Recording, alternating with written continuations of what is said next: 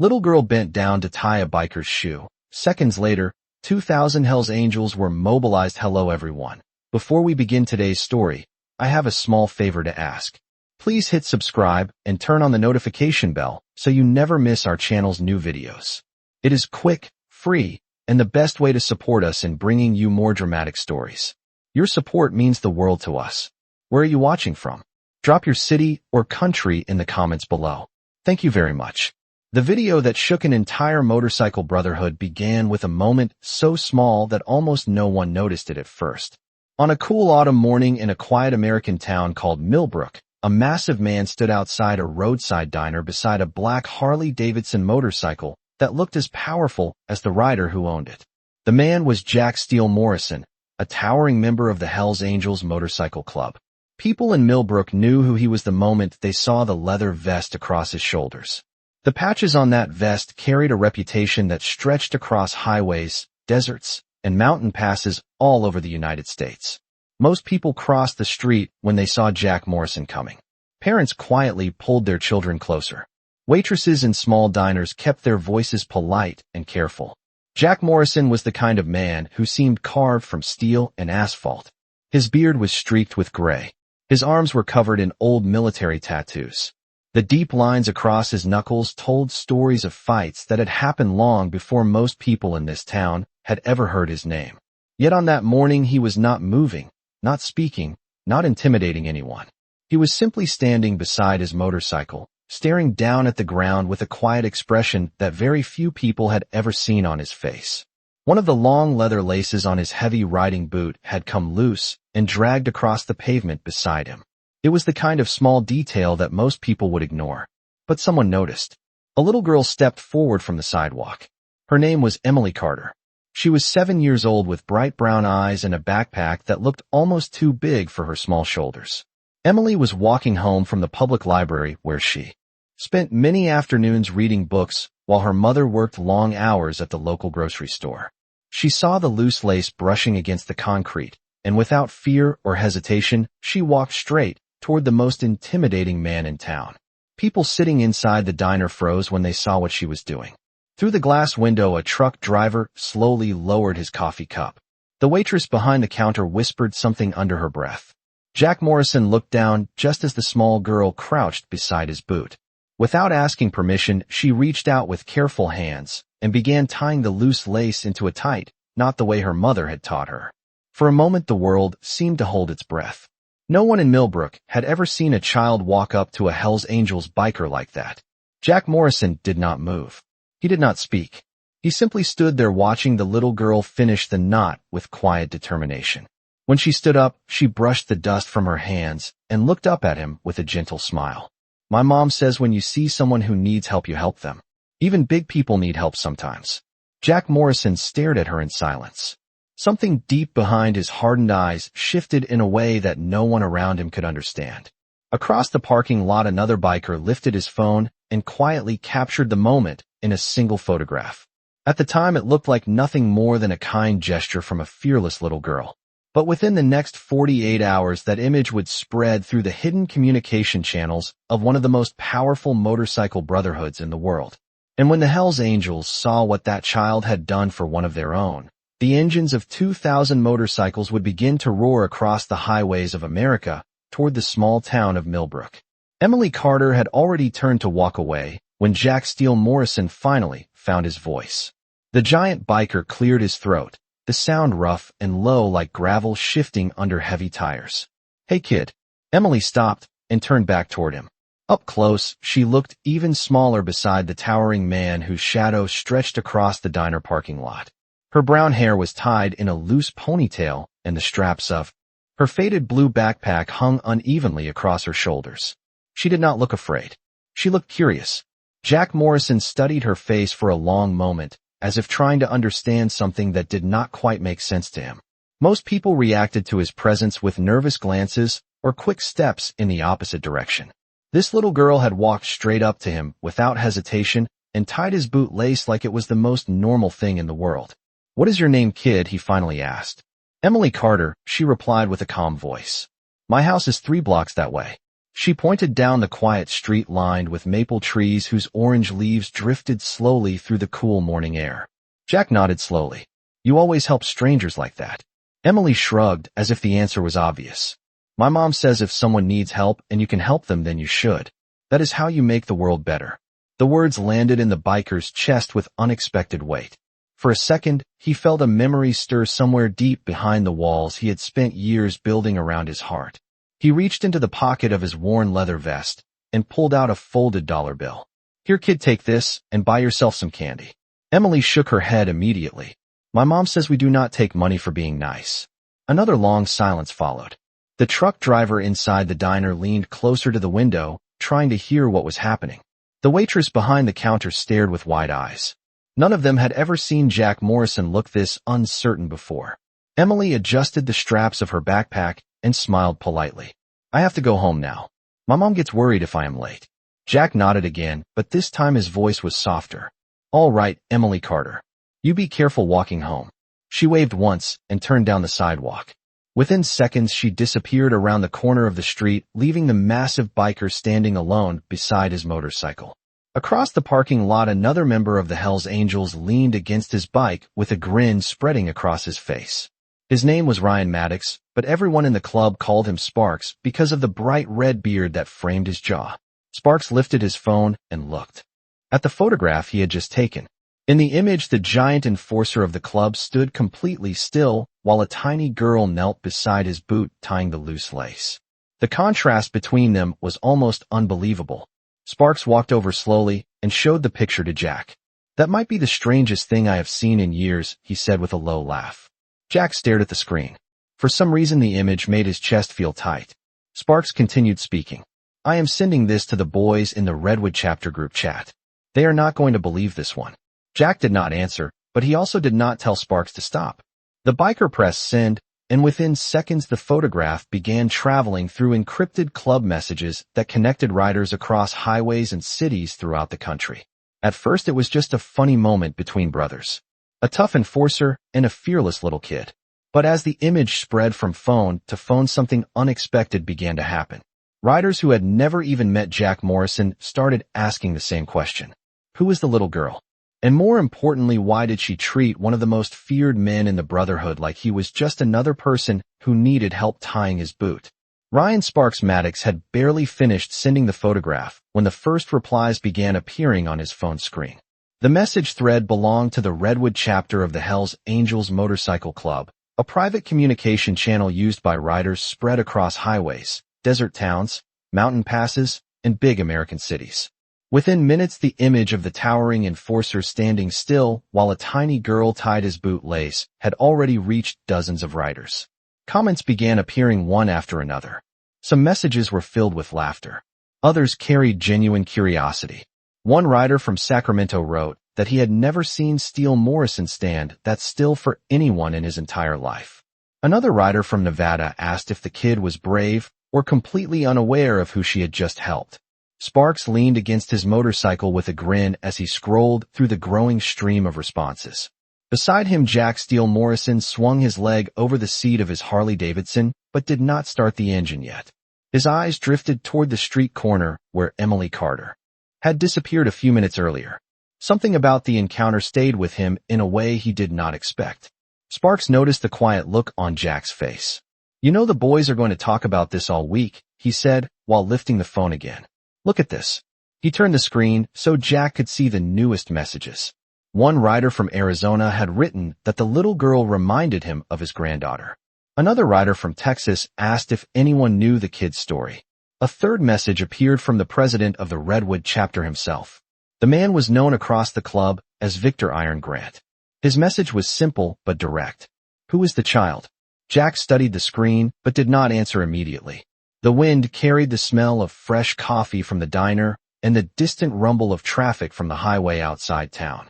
Finally, he spoke in a low voice. Her name is Emily Carter. Lives a few blocks from here. Sparks raised an eyebrow. That is all you know. Jack nodded slowly. That is all I need to know. But the conversation inside the Brotherhood did not stop there. The photograph continued spreading from one rider to another. Within an hour, it had reached several nearby chapters across Northern California. Riders who had never visited Milbrook suddenly found themselves staring at the image of a fearless little girl kneeling beside the massive biker they knew as Steele Morrison. The contrast was impossible to ignore. The more people looked at the photograph, the more questions appeared. Why did the kid trust him? Where were her parents? Was she just passing through, or did she live in town? Back in the parking lot, Sparks slipped his phone into his jacket pocket and laughed softly. You might have just become the most talked about man in the entire club today, Steele. Jack shook his head. Forget it. It was nothing. Just a kid being kind. Sparks shrugged. Maybe. But kindness like that stands out in our world. Jack did not respond. Instead, he finally pressed the ignition button on his Harley-Davidson. The powerful engine roared to life with a deep vibration that echoed across the diner parking lot. Yet even as the familiar sound filled the air, Jack's thoughts drifted back to the small girl who had refused his money and walked away. With nothing more than a polite smile. He had spent most of his life surrounded by men who trusted strength and loyalty above everything else. But the quiet courage of that child felt different. It reminded him of a time long ago before the roads became darker and the world hardened around him. As Jack pulled his motorcycle onto the street, the conversation inside the Hells Angels network continued growing. Riders shared the photograph with brothers in other states. Questions turned into interest, and interest slowly turned into something else. Something protective. Because inside the culture of the Brotherhood, there was one rule that every rider understood without needing it spoken. Anyone who showed respect and kindness to one member of the club had unknowingly earned the attention of them all. The photograph continued traveling through the hidden network of the Hells Angels Brotherhood long after Jack, Steele Morrison, rode away from the diner that morning. By late afternoon, the image had already crossed state lines through private rider groups that stretched across highways from California to Nevada and beyond. Some riders laughed when they first saw it. Others stared longer at the small moment captured in the frame. The towering enforcer standing completely still while a tiny girl knelt beside his boot, tying the loose lace with patient focus. The contrast between strength and innocence caught the attention of men who had spent most of their lives on the road surrounded by noise, steel, and danger. Meanwhile, the girl at the center of that moment knew nothing about the ripple she had created.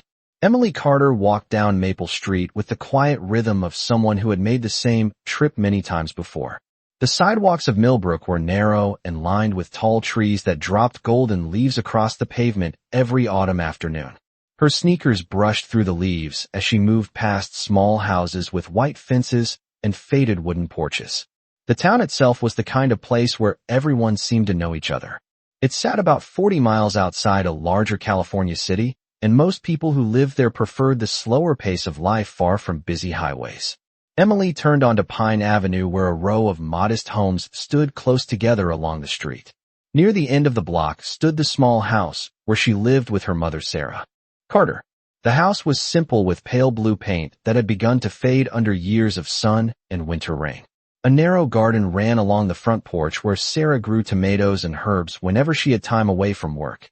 Emily pushed open the creaking front gate and stepped onto the wooden porch. Inside the house, the smell of warm soup drifted through the air. Her mother worked long hours at the Milbrook grocery market, but she always tried to be home before sunset whenever possible. Sarah Carter stood near the stove when Emily walked through the door. She was a woman in her early 30s with tired eyes that carried both kindness and the weight of responsibility. Life had not been easy since Emily's father passed away several years earlier after a construction accident outside the city.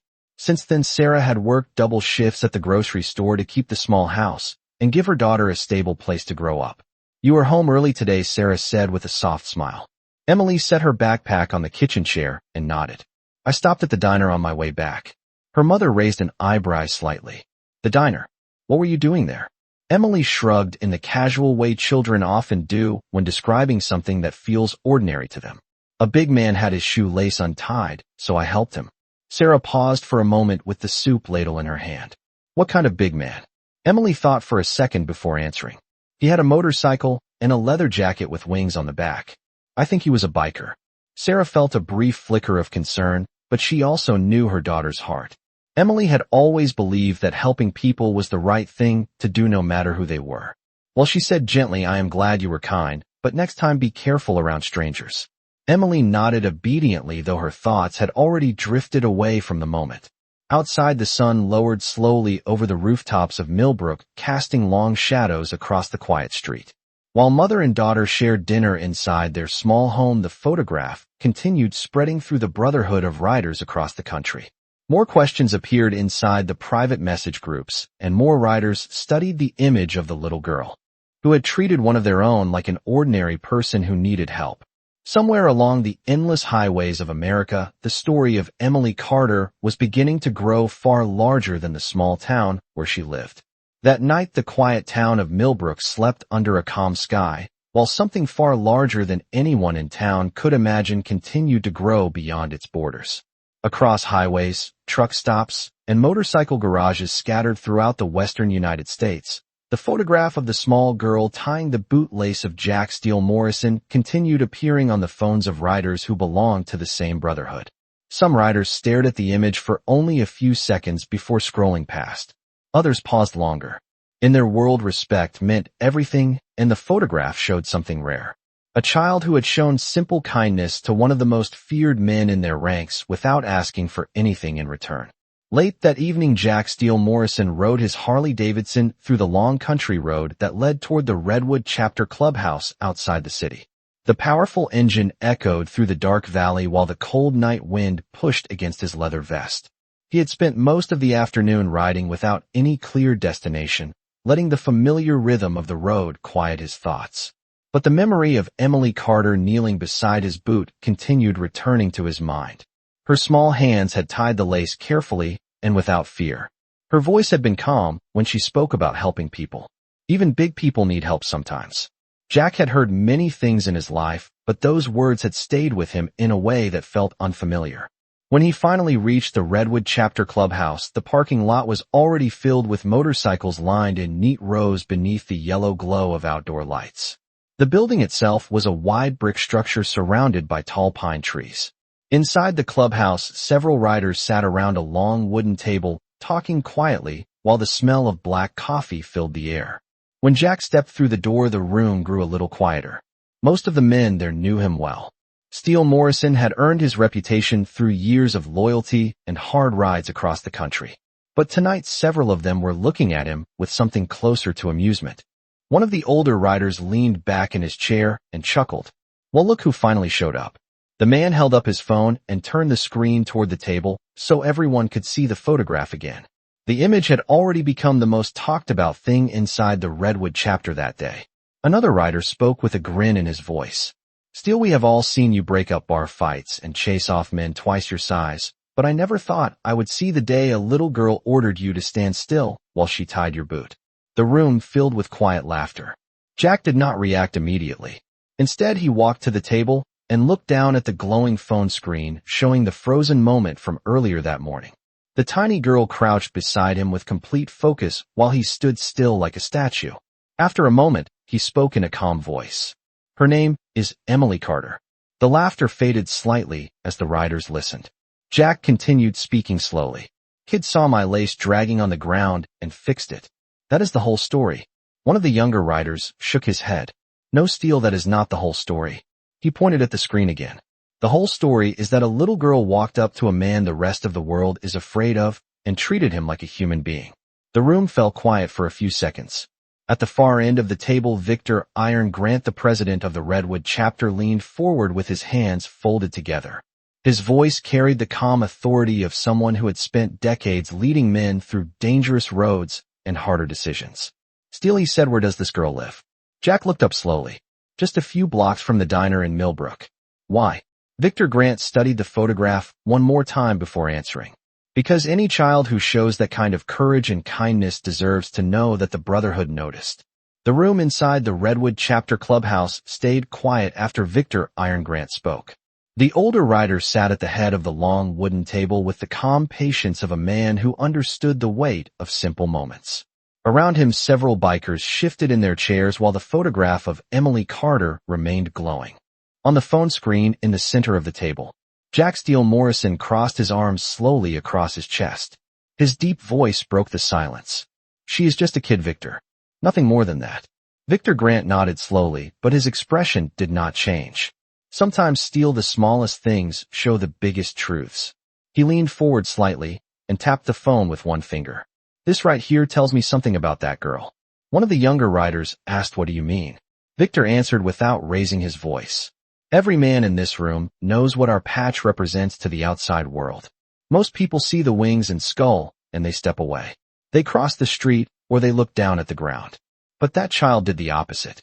She walked right up to Steele Morrison and treated him like any other man who needed help tying a bootlace." Several riders nodded slowly.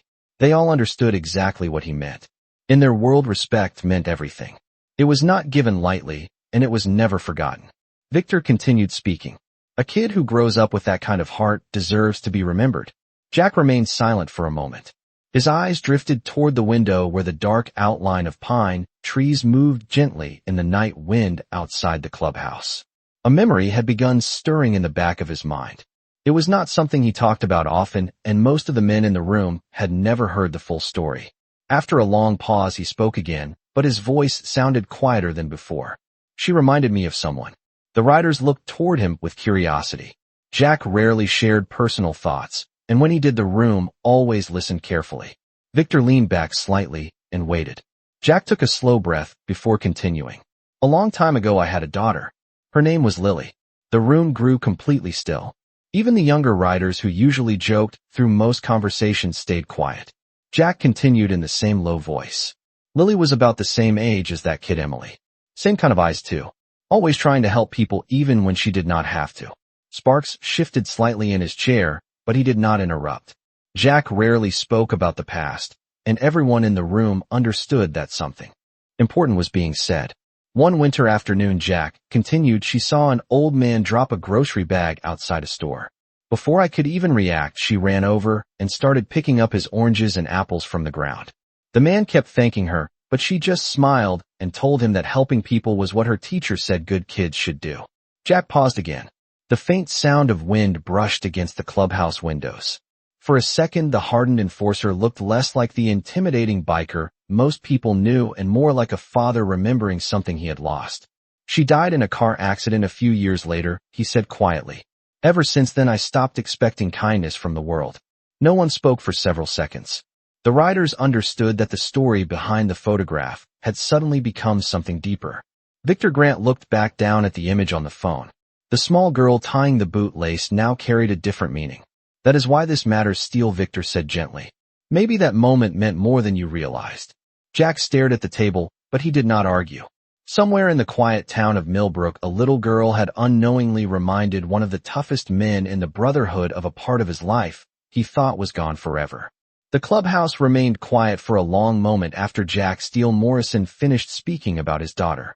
The men around the table had all seen difficult roads in their lives, but hearing the story from the man they knew as Steele changed the mood in the room. Ryan Sparks Maddox leaned back in his chair and rubbed his beard while staring at the photograph still glowing on the phone in the center of the table.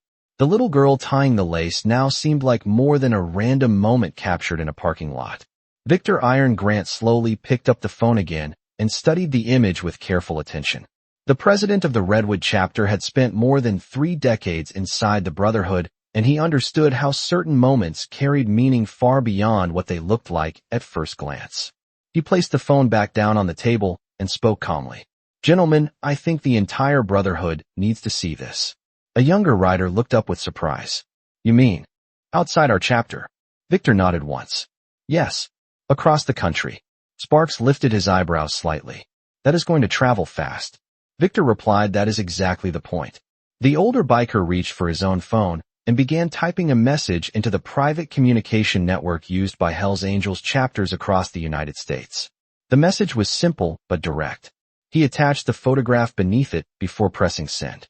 The words read, "This morning a child in the town of Milbrook showed kindness to one of our brothers without asking for anything in return. Her name is Emily Carter. She tied the bootlace of Jack Steele Morrison because she believed helping people was the right thing to do. Remember that name." Within minutes, the message began moving across the network. Riders in California saw it first, followed quickly by bikers in Nevada, Arizona, Oregon, and Texas. Some men were sitting in motorcycle garages while others were parked at roadside diners or small-town gas stations. Phones buzzed and screens lit up one after another as the photograph appeared in conversation threads used by different chapters of the club. Many riders reacted the same way. At first they smiled at the strange contrast in the picture. But when they read the short story that Victor Grant had attached, their expressions changed. The Brotherhood of the Hells Angels was built on loyalty, respect, and the understanding that actions always carried meaning. A child who showed that kind of fearless kindness toward one of their own had unknowingly stepped into the attention of thousands of riders. Back inside the Redwood clubhouse, Sparks refreshed the message thread on his phone and laughed quietly. "Steele, you should see this. The boys from Nevada are already sharing it with the Arizona chapter." Jack looked over but did not speak. Sparks continued scrolling. "Now the Texas riders are asking where Milbrook is located." Another biker leaned forward and asked, "What are they planning to do, drive out here just to shake the kid's hand?" Victor Grant watched the growing stream of responses and answered in his calm voice, "We will see." Jack finally spoke again, but his tone carried a quiet warning. "Emily is just a kid, Victor. She did not do it for attention." Victor nodded slowly. "I know that, Steele, and that is exactly why this matters." The president looked around the table at the men who had spent most of their lives riding across the country together. Every rider here understood that the world often saw them as dangerous outsiders. But within the Brotherhood, they followed a different code. Respect, kindness, and loyalty were remembered no matter how small the moment might appear. Victor leaned back in his chair and folded his arms. Somewhere in the town of Milbrook, there is a little girl who reminded a lot of hardened men what simple goodness looks like. Sparks glanced again at the growing list of messages pouring into the network. Riders from more states were now responding with the same question. Who is Emily Carter? Outside the clubhouse, the night wind moved through the tall pine trees while engines from distant highways echoed faintly across the valley. None of the people sleeping peacefully in Milbrook had any idea that the name of a 7-year-old girl from their town was now being spoken by riders hundreds of miles away. While the conversation inside the Redwood chapter clubhouse slowly quieted down for the night, the photograph of Emily Carter continued spreading far beyond the small circle of riders who had first seen it. Across the country, the message Victor Iron Grant had posted began appearing in chapter networks one after another. In Phoenix, a group of riders finishing repairs inside a motorcycle garage paused when their phones vibrated on the metal workbench. One of them wiped grease from his hands and opened the message. Within seconds, the entire garage gathered around the screen, looking at the image of the tiny girl tying the bootlace of Jack Steele Morrison. The largest man in the photograph looked completely still while the child focused carefully on her task. One of the bikers in the garage chuckled softly and said, "That kid has more courage than most grown men." In another state, a pair of riders stopped for coffee at a highway truck stop outside Reno, Nevada. When the message reached their phones, they leaned closer over the table, studying the photograph under the bright diner lights. One of them read Victor Grant's message aloud, describing the kindness Emily had shown that morning. The older rider nodded slowly and said, "Respect like that deserves respect back." Throughout the night, the same conversation repeated in different places. Riders sitting beside campfires on long road trips saw the image. Mechanics working late inside motorcycle shops shared it with their friends. Chapter leaders in distant cities forwarded the message deeper into their local networks. The story was simple yet powerful. A child had seen a loose bootlace and decided to help without fear or hesitation. But the deeper meaning behind the moment resonated with men who understood how rarely simple kindness appeared in the world they lived in. Back in Milbrook, the town itself remained peaceful and unaware of the growing attention surrounding one of its youngest residents. The next morning, the sun rose gently over the rooftops and the quiet streets slowly came to life. Emily Carter walked down Maple Street again, with her small backpack bouncing against her shoulders. She waved politely to the mail carrier and greeted an elderly neighbor watering plants on a front porch. Nothing about her morning routine felt unusual. She had no idea that hundreds of miles away, riders she had never met were talking about her. Inside the Redwood chapter clubhouse, Jack Steele Morrison sat alone near a window while early morning light filtered through the tall pine trees outside. His motorcycle stood parked beside a long row of other bikes in the gravel lot. On the table beside him, Sparks had left his phone, which continued buzzing every few minutes with new messages from chapters around the country. Jack glanced at the screen where the photograph appeared again and again as riders shared it through different conversations. Some of the messages simply praised the courage of the child. Others asked where the town of Milbrook was located. A few riders even began suggesting that someone should visit the town to thank the girl in person. Jack rubbed his beard slowly as he read the growing thread of responses. He knew the brotherhood well enough to understand that their attention rarely faded once something captured their interest. Across the room, Victor Iron Grant entered carrying a mug of coffee. He noticed Jack looking at the phone and gave a small, knowing smile. "It looks like the whole country has seen that picture now," he said calmly. Jack set the phone down again. "She never asked for any of this, Victor." Victor nodded while taking a seat across from him. "I know, Steele. But sometimes the world notices goodness even when the person who showed it was not looking for attention." Outside the clubhouse, a faint rumble of motorcycle engines passed along the distant highway. Victor looked toward the window and then back at Jack. "Something tells me this story is not finished yet." Because by that morning, riders across several states were already beginning to make quiet plans after seeing the photograph of the little girl from Milbrook. The quiet morning in Milbrook continued as if nothing unusual had happened anywhere in the world. Emily Carter walked through the front gate of Milbrook Elementary School with the same routine she followed every weekday. Children laughed near the playground while teachers greeted students along the sidewalk. The school building was a modest brick structure surrounded by tall oak trees that cast long shadows across the yard. Emily joined a small group of classmates near the entrance and began talking about a science project they were working on. To anyone watching, she looked like any other child starting an ordinary school day. Meanwhile, several miles away inside the Redwood Chapter Clubhouse, the conversation about Emily Carter was beginning to change direction. Victor Iron Grant sat at the long wooden table reading the newest messages that continued arriving from riders across the country. The photograph had now reached chapters in more than a dozen states. Many riders were simply sharing their admiration for the child who had shown kindness to one of their brothers. But other messages carried a different tone. Several riders had begun asking more questions about the girl and her family. One message from a chapter in Arizona read, "Does anyone know if the kid needs help with anything?" Another rider from Oregon wrote that towns like Milbrook could be tough places for families struggling to get by. Sparks stood nearby, scrolling through the growing conversation on his own phone. He looked up at Jack Steele Morrison and said, "The boys are starting to wonder about her situation." Jack raised his eyes slowly. "What situation?" Sparks shrugged. "They are asking if she is doing all right." Jack leaned back in his chair, but said nothing. Victor Grant watched him carefully before speaking. "Steele, when something like this spreads through the brotherhood, people start thinking about what they can do." Jack shook his head slightly. "She did not help me because she wanted something back." Victor nodded. "I know that. But kindness deserves protection. That is how our code works." At that moment, another message appeared on Sparks' phone. His expression shifted as he read it. One of the Redwood riders who lived near Milbrook had driven past Pine Avenue earlier that morning. The message explained that Emily Carter and her mother lived in a small, aging house near the end of the block. The rider wrote that the property looked worn and that the family car parked in the driveway was more than 15 years old. Sparks read the message out loud. He also mentioned that her mother works long hours at the grocery store in town. Jack remained silent, but his jaw tightened slightly. Victor folded his hands together on the table. "It sounds like the girl and her mother have been working hard just to keep things going." Another message followed moments later. This one came from a rider who had spoken with someone at the Milbrook grocery market.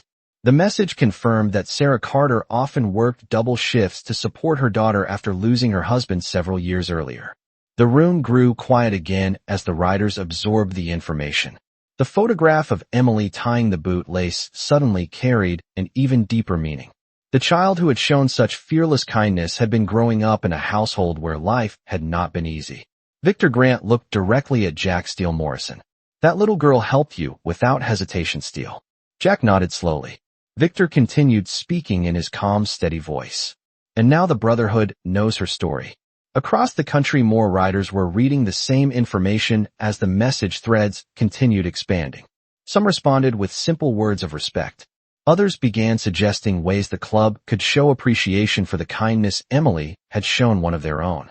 Back at Milbrook Elementary School, the lunch bell rang, and children rushed out to the playground laughing and running across the grass. Emily Carter joined her friends near the swings without the slightest idea that her name was now being spoken by riders hundreds and hundreds of miles away. What she had seen as a small act of kindness had quietly started something far larger than she could possibly imagine.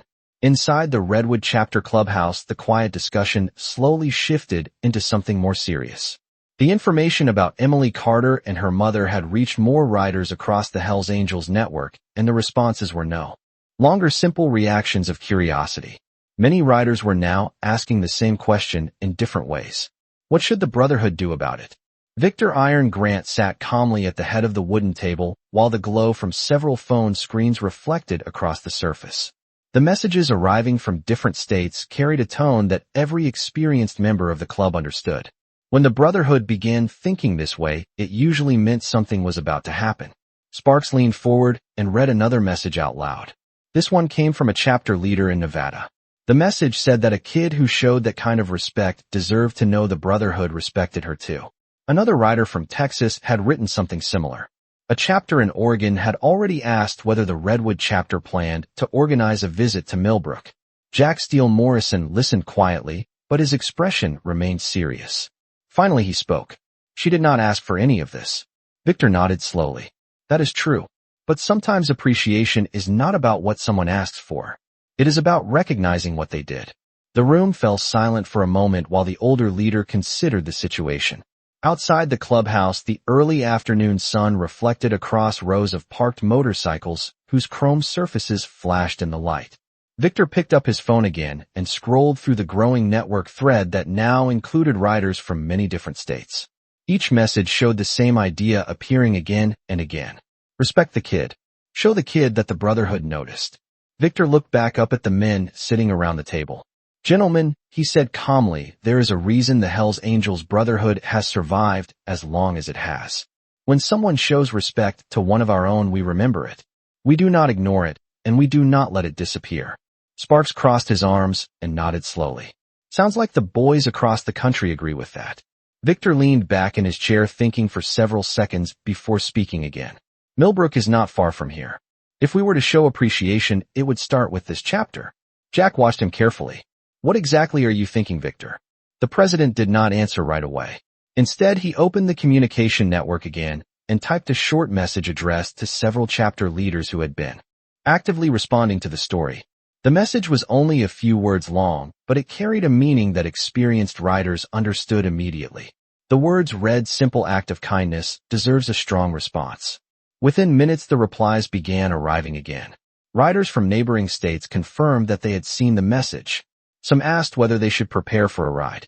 Others simply answered with one word: respect. Sparks looked over Victor's shoulder and let out a low whistle. Still, I think you just started something bigger than a small-town story. Jack did not smile. His eyes remained focused on the message thread as more responses appeared. Victor finally set the phone down on the table. His voice remained steady and calm. If we do this, we do it the right way. No chaos, no trouble, and no fear for the people in that town.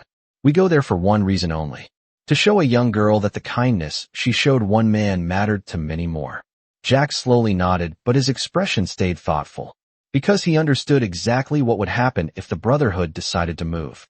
Across the highways of the western United States, hundreds of riders were already reading Victor Grant's message and waiting for the next instruction. The message Victor Iron Grant had sent the previous afternoon continued moving through the Hells Angels network long after the sun set across the western states. Riders from neighboring chapters read the words and understood their meaning without the need for further explanation. The message was simple but powerful. A small act of kindness deserved a strong response. Throughout the night, motorcycles were prepared in garages, fuel tanks were filled, and riders quietly began mapping the roads that led toward the small California town of Milbrook. No loud announcements were made and no public plans were discussed.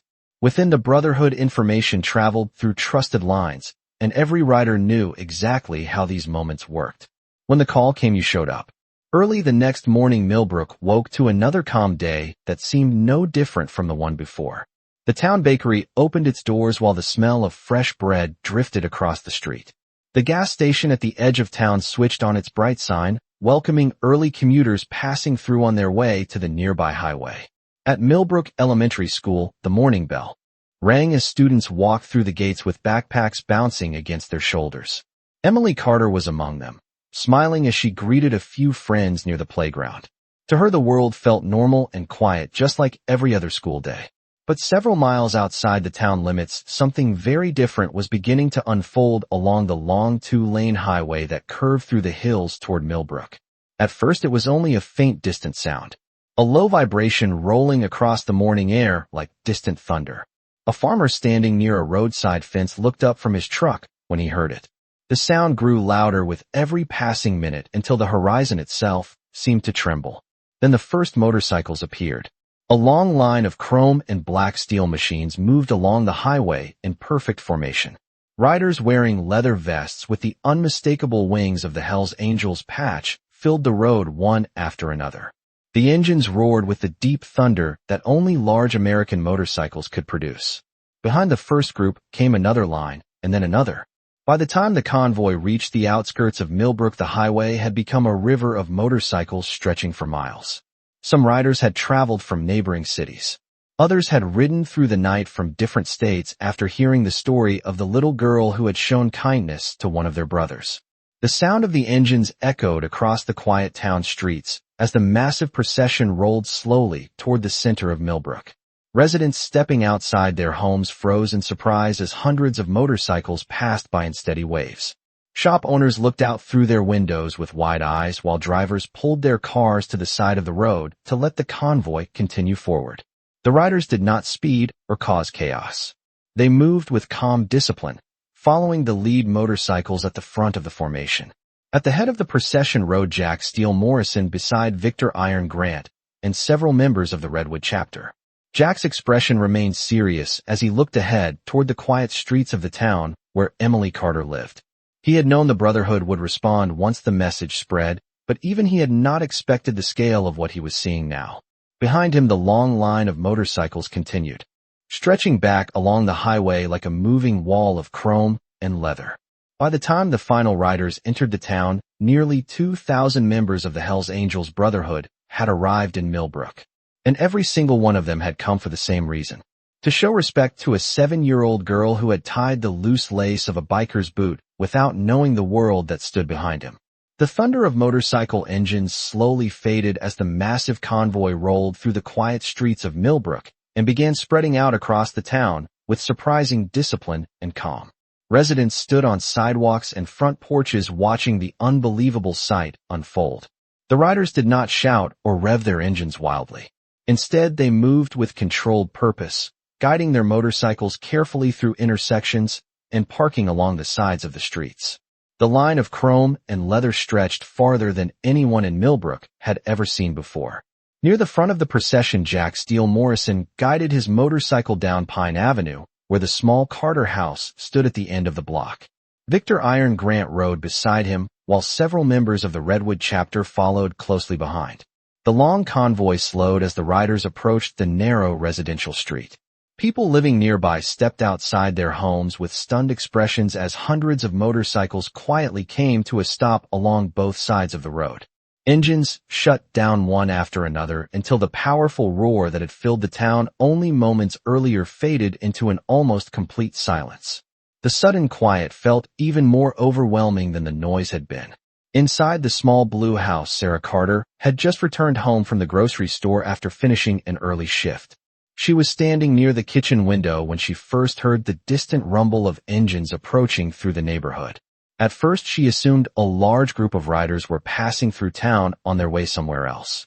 But when the sound grew louder and then suddenly stopped right outside her street, she felt a wave of confusion. She stepped onto the front porch and froze in disbelief. Motorcycles filled Pine Avenue in both directions as far as she could see. Rows of riders wearing the wings of the Hells Angels stood beside their bikes, waiting calmly. For a moment, Sarah Carter could not understand what she was looking at. Emily stepped beside her mother on the porch and stared down the street with wide, curious eyes. "Mom, why are there so many motorcycles here?" she asked softly. Sarah had no answer. At that moment, Jack Steele Morrison stepped forward from the front of the long line of riders. His heavy boots moved slowly along the sidewalk as hundreds of bikers watched quietly behind him. Victor Iron Grant followed a few steps back, but allowed Jack to approach the house alone. Sarah Carter instinctively placed one protective arm around Emily as the towering biker reached the front gate. But Jack's expression carried none of the intimidation most people expected when they saw him. Instead, his voice was calm and respectful when he spoke. "Mrs. Carter, my name is Jack Morrison. Yesterday your daughter helped me outside the diner in town." Emily recognized him immediately and stepped forward slightly from beside her mother. "You are the man with the loose boot lace," she said with a bright smile.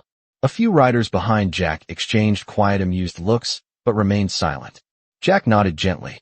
"Yes, I am. And I came here today because I wanted you to know something." He turned slightly and gestured toward the long rows of motorcycles filling the street. "Every one of these riders heard about what you did yesterday. You saw someone who needed help and you helped without fear." Emily looked up at him with the same simple honesty she had shown the day before. "I was just tying your shoe," she said. Jack's voice softened. "Maybe to you it was something small, but to us it meant something important." He lowered one knee slightly, so he was closer to the child's height before continuing. "Kindness like that is not forgotten in our brotherhood."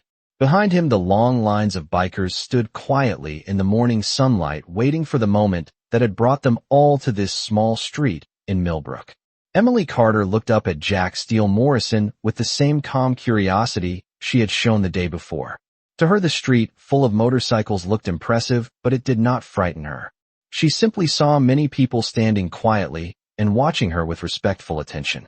Jack slowly stood again and turned slightly so Emily and her mother could see the long lines of riders filling Pine Avenue.